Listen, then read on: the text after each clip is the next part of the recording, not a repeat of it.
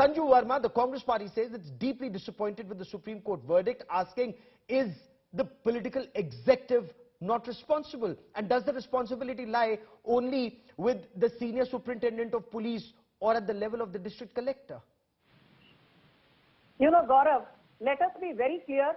The Congress can, shout from every available rooftop. Jairam Ramesh and Ajay Makan can continue to wax eloquent at Jantar Mantar. The historic landmark judgment of June 24, 2002 by the Supreme Court should not be forgotten by anybody, least of all the Congress, the left parties and their ecosystem.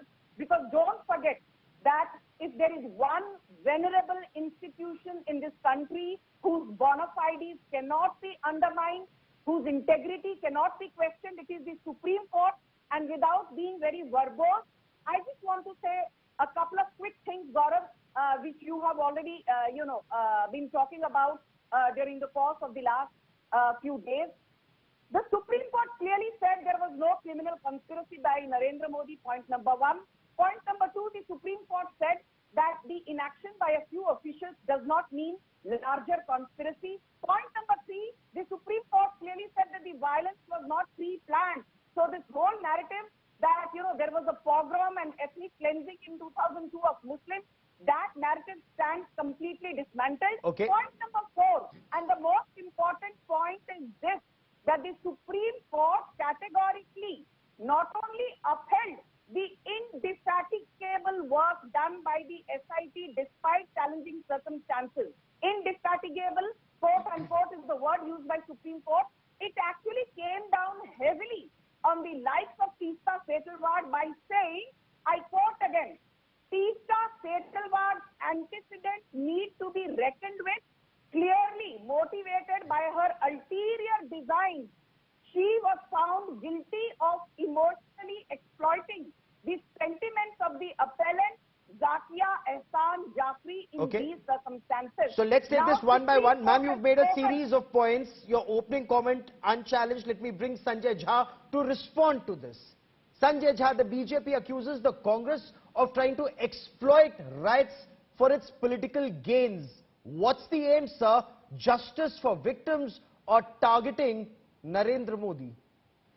Oh, very quick response, Gaurav. Thank you very much, and I'm glad you're doing this program because this is relevant for the entire country to watch and know some of the home truths because they're important. They're relevant because we are still a democracy somewhere. I hope so. Number one, I'm glad we are quoting the Supreme Court because I'm going to quote the Supreme Court as well. Obviously, not the same judges. They were this verdict or this statement was made a little earlier. But the Supreme Court said that in the Gujarat Riots of 2002, it was a situation like a modern day Nero. That's what the Gujarat government was. And you know what a modern day Nero means?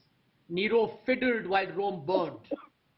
It is a very serious accusation. And the Supreme Court was clearly insinuating towards we know whom. Number two, it's the same Supreme Court which removed those sensitive cases of Gujarat riots from Gujarat and transferred it to Maharashtra and other states. You know why? Because they did not trust the state administration of Mr. Modi because they believed that the witnesses would be intimidated or justice would not be given. What is that a manifestation of? Number three, Atal Bihari Vajpayee, the icon of the BJP, and I'll tell you what he said on record. This is from his biography. He was flying to Singapore and he tells his colleagues like Mr. Arun Shuri, "Main kis muh se wahan ja raha hoon? Why am I being taken there? How can I even face them because my face has been blackened?" This is even worse than the statement he made about Raj Dharma. And point number four, we can debate this even longer. I remember a very famous cabinet minister in Mr. Modi's cabinet today. I in fact remember asking her this on a TV show to Smriti Irani ji, that you threatened to go on a fast unto death if Mr. Modi did not resign, taking responsibility for the 2002 riots. Can you imagine that? Can we just turn a blind eye to all this? Okay.